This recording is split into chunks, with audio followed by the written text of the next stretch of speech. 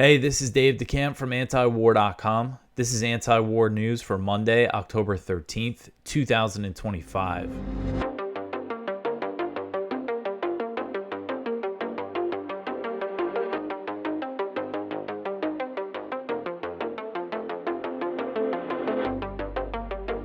All right, so we have a lot of stuff to get through today. I hope everybody had a good weekend. The good news is that the Gaza ceasefire appears to be holding for now. It's very fragile for a few reasons, which we will get into today. But the first story at the top of antiwar.com today, 200 bodies dug out of the Gaza rubble since the ceasefire. So rescue workers in Gaza have recovered more than 200 bodies of Palestinians killed by the IDF from the rubble and from areas that they were previously unable to access since the ceasefire went into effect on Friday. I believe it officially went into effect at noon Gaza time on Friday. And after that, Israeli troops pulled back from certain areas. They still control more than 50% of Gaza's territory. So Gaza's health ministry said in its death toll update on Sunday that at least 117 bodies were recovered over the previous 24 hours. And on Saturday, the number was 116. So more than 200 bodies just in 2 days. And the Gaza Civil Defense said that around 9,500 Palestinians are missing. And they're presumed dead under the rubble. So they have a lot of work to do. And you see this picture here. This is Gaza City. This is a drone shot of Gaza City. Just utter devastation. And hundreds of thousands, more than 500,000, they say, Palestinians have returned to Gaza City since Friday to find just ruin like this. So I kind of took this opportunity here to talk about the death toll, the numbers. At this point, nobody seriously challenges the health ministry's numbers, and there's been studies that have found the numbers are likely a significant undercount. So the current number as of Sunday, the health ministry's death toll, violent death toll, has reached 67,806, and the number of wounded has reached 170,066. So that means total casualties, total killed and wounded, is 237,872. And that is more than 10% of the pre-October 7th population of Gaza, which was estimated to be 2.3 million. That's kind of on the higher end. All the estimates say between 2.2 and 2.3 million. But let's say it's the 2.3, and this is 10% of that. 10% of Gaza's population have been killed or wounded. So just that's a huge number. And it is low for a few reasons. One, they're still digging bodies out of the rubble that are going to be added to the death toll. And then when you think about the people who were injured, think about how horrific. I mean, just from looking at the videos and pictures of the situation at Gaza hospitals. So if you're wounded, you're only going there if you really need treatment. And there's been at least 2 studies that I'm aware of that found the health ministry death toll is likely an undercount by about 40%. So that would put the total violent death toll, if say it's a 40% undercount, near 100,000 dead. And that doesn't even factor in the starvation, disease, other people who have just died because of the shattered medical infrastructure. So these are things that it's going to take years, I believe, to really understand the full toll here. And that is if this is an end. I really hope that Israel does not restart the bombing, but if it does, then how many more people are going to be killed then? So these numbers are huge. Again, you factor in all the indirect causes. I don't even really want to call them indirect because they're a direct result of the siege and cutting off all the aid and destroying the medical facilities. But the numbers are certainly higher than that 10% figure. So anyway, aid deliveries into Gaza are expected to surge. There's been some reports about a few hundred trucks entering Gaza. The UN is saying that they need 600 every day to bring relief to the starving people that are starving under the Israeli siege. And I mean, look at this, these pictures. This is where a lot of people are living among these ruins who have been suffering from malnutrition. They need a real huge humanitarian relief effort. They need to get mobile homes in there, structures that people can live in, especially with the winter coming. So it's going to take a lot. And so again, we will get into some of the reasons why it's doubtful that Israel is going to follow through on this deal. So the next story here, Israel's defense minister says the IDF will destroy Gaza tunnels once Hamas frees hostages. So Israeli Defense Minister Israel Katz said on Sunday that the Israeli military would destroy tunnels in Gaza after the remaining Israeli captives are released by Hamas, which is expected to happen on Monday. They're expected to release all of them, although there's some reports saying that they haven't been able to find the bodies of all of the Israelis who've been killed. And there's reports in Israeli media that Israel might use that basically to violate the ceasefire deal, not let all the aid in and things like that. But anyway, so Katz is saying once Hamas releases all the Israelis that they're going to destroy the tunnels. So he wrote on X, quote, Israel's great challenge after the phase of returning the hostages will be the destruction of all of Hamas's terror tunnels in Gaza, directly by the IDF and through the international mechanism to be established under the leadership and supervision of the United States. This is the primary significance of implementing the agreed-upon principle of demilitarizing Gaza and neutralizing Hamas of its weapons. I have instructed the IDF to prepare for carrying out the mission, end quote. So according to the outline of the Gaza ceasefire proposal that was released by the White House, it says, and this is the language that is used here, that all military, terror, and offensive infrastructure, including tunnels and weapon production facilities, will be destroyed and not rebuilt, and there will be a process of demilitarization of Gaza under the supervision of independent monitors. But the details about how these steps would be carried out are not laid out, and this hasn't all been agreed to. So far, Israel and Hamas have entered just the first phase of this deal, which is the prisoner exchange and the ceasefire, and Israel pulling back to a certain line and allowing aid to enter Gaza. But all this stuff still needs to be worked out. And so this comment from Katz is certainly concerning. And a senior Hamas official said a couple days ago that Hamas would not disarm unless it can hand its weapons to a Palestinian state. And we also have comments here from Netanyahu saying that the military campaign is not over. Though if from what I saw, the context of his comments here, it sounds like he could be talking about military campaigns elsewhere, which of course Israel is engaged in. So I'll read the full thing from Netanyahu. He said, quote, "And I want to say everywhere we fought, we won. But in the same breath, I must tell you the campaign is not over. There are still very great security challenges ahead of us. Some of our enemies are trying to rebuild themselves to attack us again. And as we say, we're on it," end quote. So that could refer to Hezbollah. That could refer to Iran even. They could be preparing for another war with Iran. According to a report from Israel Hayom, the U.S. has given Israel a guarantee that it would back Israeli military action if it determined that Hamas violated the deal in a way that poses a security threat. And this is a similar guarantee that the U.S. gave Israel when it comes to Lebanon, and we've seen Israel just constantly violate that ceasefire deal. All right, so the next one here, Palestinian activist Saleh Al-Jafarawi killed by militia in Gaza City. This article is from Mideast Eye. So prominent Palestinian activist Saleh Al-Jafarawi, who is also known for documenting Israel's genocidal war on Gaza, was killed late on Sunday while reporting on armed hostilities in Gaza City, Al Jazeera has reported. The Qatar-based broadcaster reported that Jafarawi was shot dead by an armed militia in the Sabra neighborhood of Gaza City as he covered clashes between an Israel-backed entity and Hamas fighters. Al Jazeera reported that several displaced Palestinians were also killed during the clashes with the armed group, seeking to exploit the security vacuum in the city following Friday's announcement that Israel and Hamas had approved a deal to end the war and exchange prisoners. So he was killed. He survived 2 years of relentless bombing, and he was killed during these clashes in Gaza City.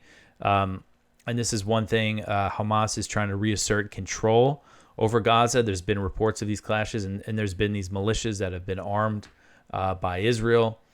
And one thing that's interesting is that Trump was asked about this on Air Force One. He's on his way to the Middle East, to Israel.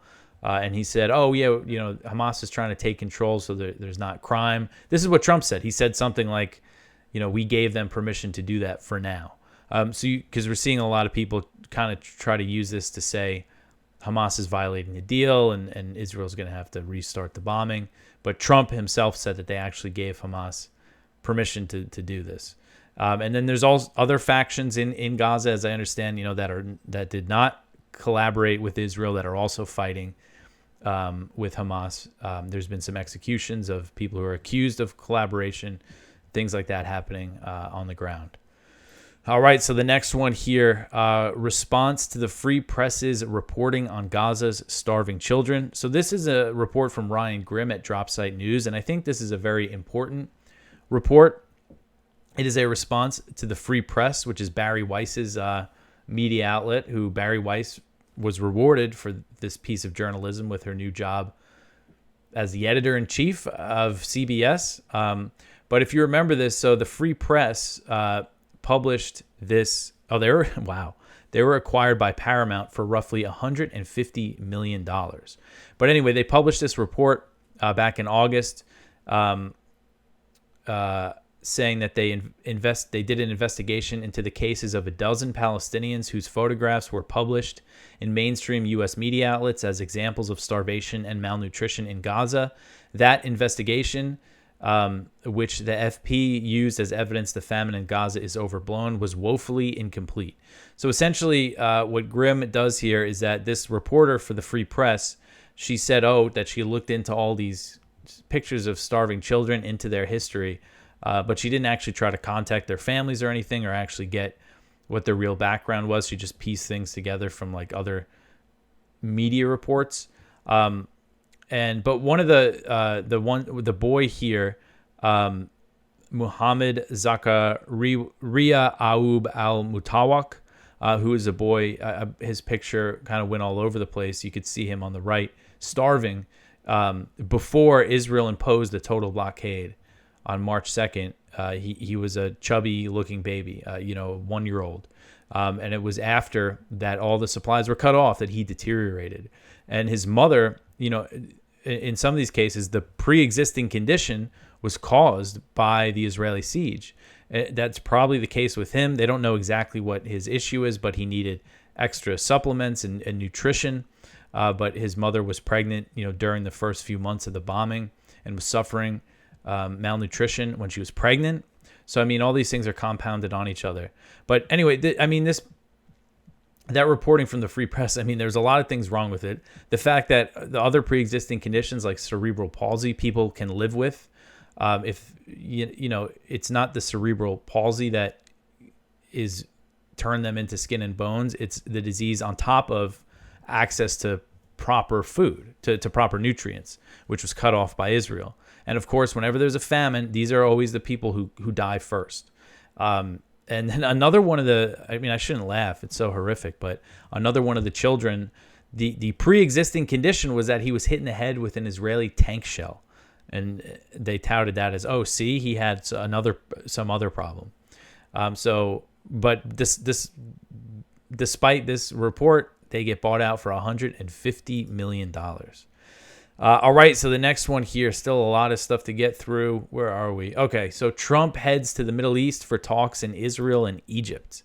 So President Trump on Sunday departed the U.S. for the Middle East, where he will visit Israel and Egypt as the first phase of the fragile Gaza ceasefire deal appears to be holding.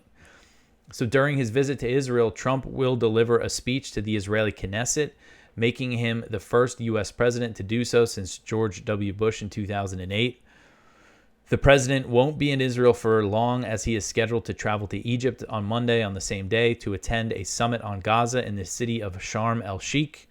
Trump and Egyptian President Abdel Fattah al-Sisi will co-chair the summit, which will be attended by representatives from more than 20 countries and the Palestinian Authority president. Hamas and Israel will not be attending, as the purpose of the meeting is for the guarantors of the Gaza ceasefire deal, who are the U.S., Egypt, Qatar, and Turkey, to agree to the very broad principles of the 20-point framework that was released by the White House. And this is according to a U.S. official speaking to the Times of Israel.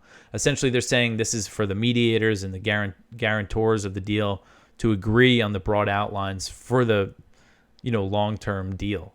And many details of the deal still need to be worked out, and there are signs that Israel may restart its bombing campaign. We covered some of them.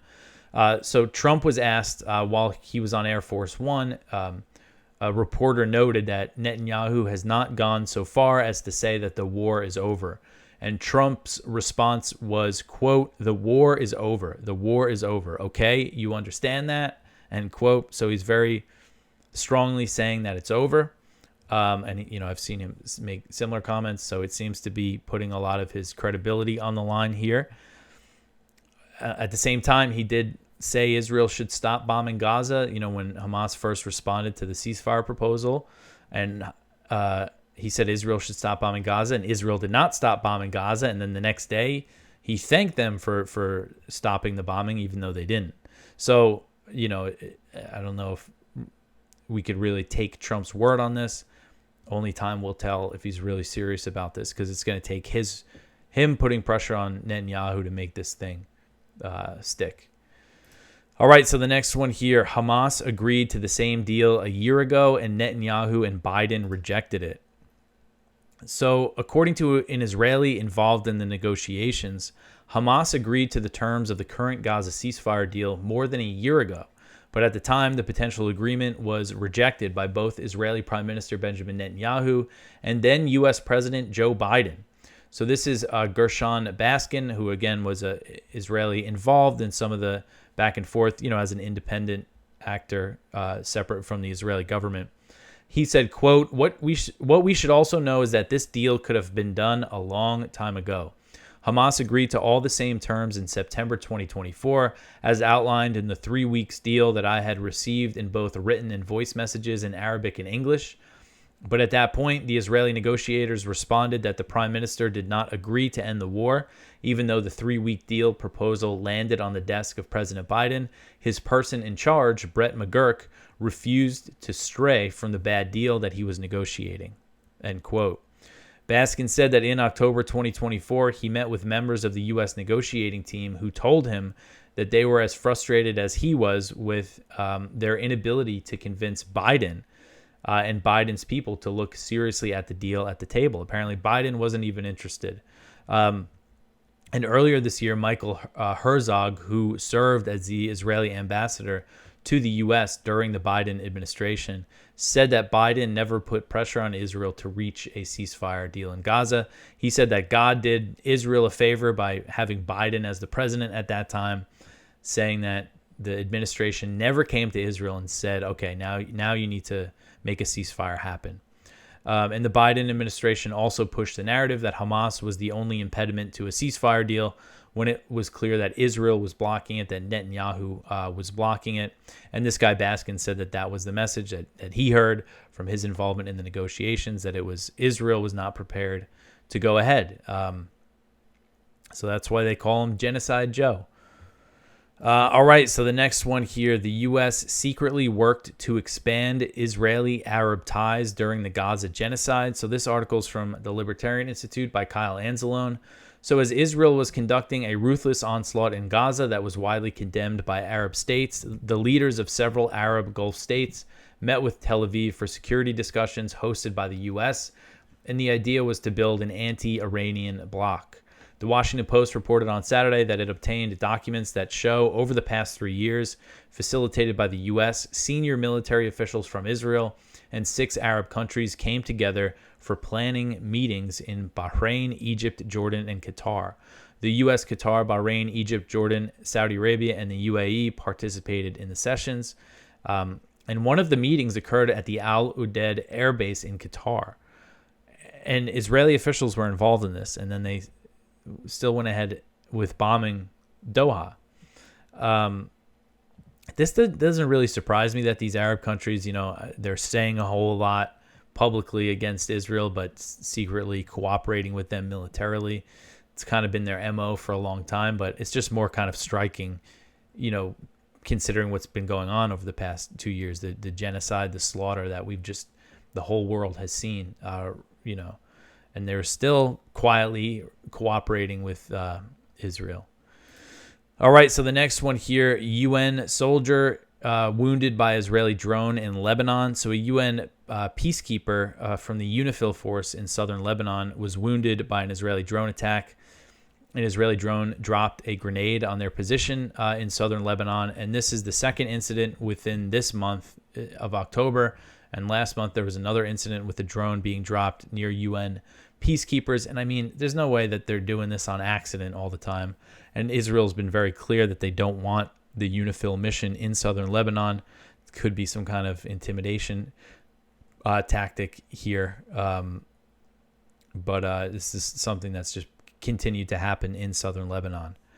All right, so the next one here, 2 Alawite civilians killed in attacks in Syria's Homs. So this article's from Jason Ditz. So violence against Syria's Alawite minority continues apace this weekend with multiple incidents in the central city of Homs, leaving at least 2 civilians killed and 2 others wounded. So an Alawite man in his 40s was shot in the chest by an unidentified gunman traveling by the residential area on a motorcycle. And so that was on Friday. And then on Sunday, just west of the city in the village of Dana, gunmen stormed the home of an Alawite family, shooting them. A 17-year-old was reportedly slain, while his father and brother were wounded in the attack. And these are also in Latakia, in the coastal city. This is the area where the horrific massacres were in March, the massacres of Alawites, where at least 1,300 were killed. An 8th grader, a boy in 8th grade, was kidnapped by what locals say was a government affiliated gunman who took him. So this just goes on, just at a lower scale than the big massacres, but pretty much since the regime change, we've seen these types of killings against minorities. And the Alawites, Assad was an Alawite, so that's kind of the pretext for this stuff. They claim that they're cracking down on Assad remnants. But again, that's just a pretext. All right, so the next one here, SDF signals integration into Syrian army after talks with Damascus. This article is from The Cradle. So the commander of the Kurdish-led Syrian Democratic Forces, the SDF, said while addressing the group's fighters that the Kurdish militia's integration into Syria's new military will take place soon, confirming positive negotiations with Damascus in the aftermath of the recent flare-up between the two sides. So we saw some fighting between the two sides, the SDF and the government and government-aligned forces. There was a ceasefire, then there were some more clashes, but it seems like things have calmed down again. And now the SDF says that they are going to reintegrate. I would guess that the U.S. is probably pushing them very hard to integrate with this new Syrian government led by HTS. We've seen these reports that they're threatening an invasion, basically, of the Kurdish-controlled areas. But it looks like they might have worked something out. We'll see if this actually happens. They've said similar things. A few months ago, they said they reached some integration deal, and then that didn't happen. All right, so the next one here, the U.S. has been supporting long-range attacks in Russia. So the Trump administration has been providing Ukraine with intelligence to carry out long-range drone attacks against Russian energy infrastructure, the Financial Times reported on Sunday, citing multiple U.S. and Ukrainian officials.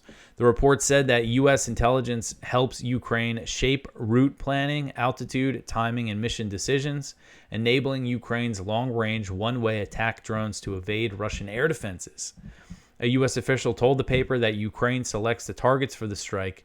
Then the U.S. provides information on its vulnerabilities. However, other officials said that the U.S. has actually been setting out target priorities for the Ukrainian military, meaning that the U.S. is actually picking out the targets for Ukraine.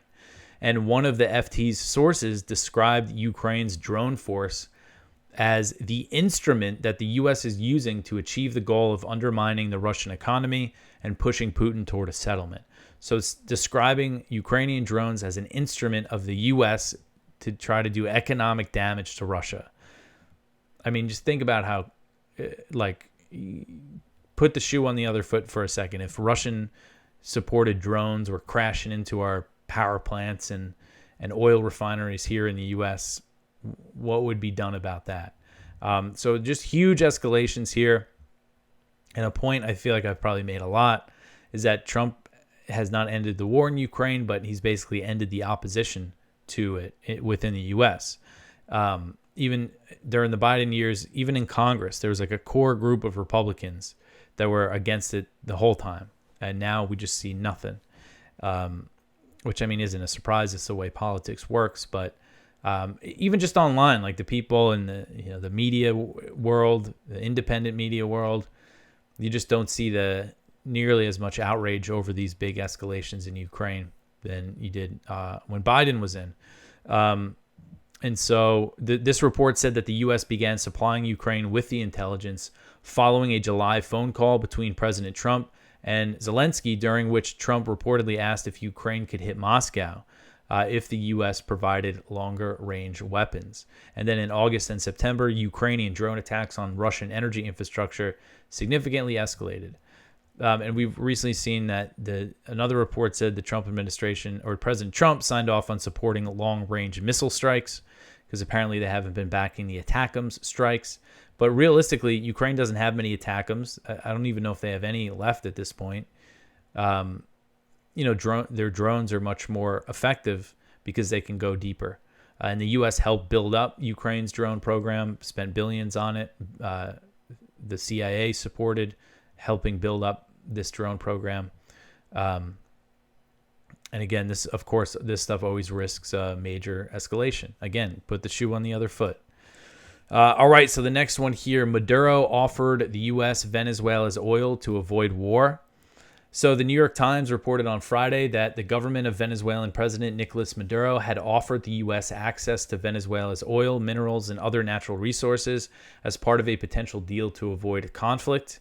The report said that talks on a potential deal went on for months, despite the U.S. increasing military pressure on Venezuela and bombing boats in the Caribbean, but they have ceased since President Trump recently ordered his special envoy, Rick Grenell, to halt diplomatic efforts with the Venezuelan government. Under the potential deal, Venezuela was willing to open up all existing and future oil and gold projects to U.S. companies and give preferential contracts to U.S. businesses. The report said Maduro was also willing to make other significant concessions concerning Venezuela's relationship with other countries, including reversing the flow of Venezuelan oil exports from China to the U.S. and ending contracts with Chinese, Russian, and Iranian firms. Maduro's government has also continued accepting U.S. deportation flights despite the military tensions. According to ICE Flight Monitor, a group that tracks U.S. deportation flights, since February, the U.S. has deported more than 10,000 Venezuelans on 58 flights, including 9 that landed since the U.S. bombed its first alleged drug-running boat in the Caribbean on September 2nd. An official familiar with the issue told the Wall Street Journal last week that Venezuela remained one of the best relationships the U.S. has had on deportations. And we've seen this, Maduro sent that letter to Trump. He's been, if you see his rhetoric from the government, they've kind of been blaming everything on Marco Rubio, which I think is a fair assessment, but have kind of been, left the door open for Trump. Even though Trump did try to regime change Maduro in his first term and impose those really harsh sanctions on Venezuela, it seems like it's been pretty clear that Maduro's still willing to make a deal and work with the U.S., but the regime change still seems to be the goal here. All right, so the next one here, dozens of casualties in Afghan-Pakistan clashes. So this article is from Al Jazeera. So over the weekend, there was some big fighting between Afghanistan and Pakistan. It started with Pakistani, I believe, airstrikes on Kabul, the Afghan capital, which they said was in response to fighting against the Taliban in Pakistan. So Pakistan's military says it has killed more than 200 Afghan fighters, while Afghanistan claims it killed 58 Pakistani soldiers in cross-border clashes along their frontier. Zabihullah Mujahid, the spokesperson for Afghanistan's Taliban government on Sunday said that 30 other Pakistani soldiers were wounded and a significant amount of Pakistani weapons fell into Afghan hands. Mujahid challenged the Pakistani report, adding that 9 Taliban soldiers were killed in the overnight operation and nearly a dozen others were injured. So they're saying that the death toll is much lower. They're both challenging their numbers, but border hostilities erupted after Thursday's explosions in Afghanistan, which the Taliban blamed on Pakistan, representing the sharpest escalation in months. So I guess it's not confirmed that they were Pakistani airstrikes or anything like that, but that is what the Taliban is saying that they were. So this fighting is going on along their very long and mountainous border. All right, so the next one here, where are we? Trump adds 100% tariffs on China over mineral restrictions. So this article is by Brett Wilkins. So U.S. President Donald Trump on Friday said that he will impose an additional 100% tariffs on imports from China starting next month after Beijing announced it tightened controls of rare earth exports. So this was something China just announced, and now Trump is saying that his response is 100% tariffs, which is significant. I mean, current tariffs on Chinese imports are generally, on average, set at around 30%. So going up to 100% is going to be a big, huge difference. We'll see if he actually goes through with it. We've seen a lot of these kind of threats, and then they walk them back and everything. But he's saying that this will start on November 1st. And they are engaged in these trade talks on a trade deal, so there's a chance that happens before. But we will see what happens. All right, so that is it for the news for today. Please go check out our viewpoints. One from Ted Galen Carpenter. Can Trump revive the strategic arms control system he helped wreck? One from Dan Steinbach. Free Marwan Barghouti, the war against Palestinian democracy. One from Ramsey Baroud, the defeat of Israel and the rebirth of Palestinian agency. One from Dan Grazier, U.S. government admits F-35 is a failure. And our spotlight from Harrison Berger at the American Conservative, the October 7th industry. So please go check all that out. We have a ton of stuff in the lower part of the page, especially in the Gaza section. There is a lot of stuff happening. So anyway, that's it for me. I hope everybody had a good weekend. Again, let's hope this ceasefire holds and things don't devolve, but we'll see. Monday will probably be a big day. With Hamas releasing the captives and everything. And then the Palestinian prisoners should be released as well. Not sure of the exact timing with that, if it's going to happen right after or the next day or what. But we'll be keeping an eye on it. So anyway, I will talk to you tomorrow. Thanks for listening.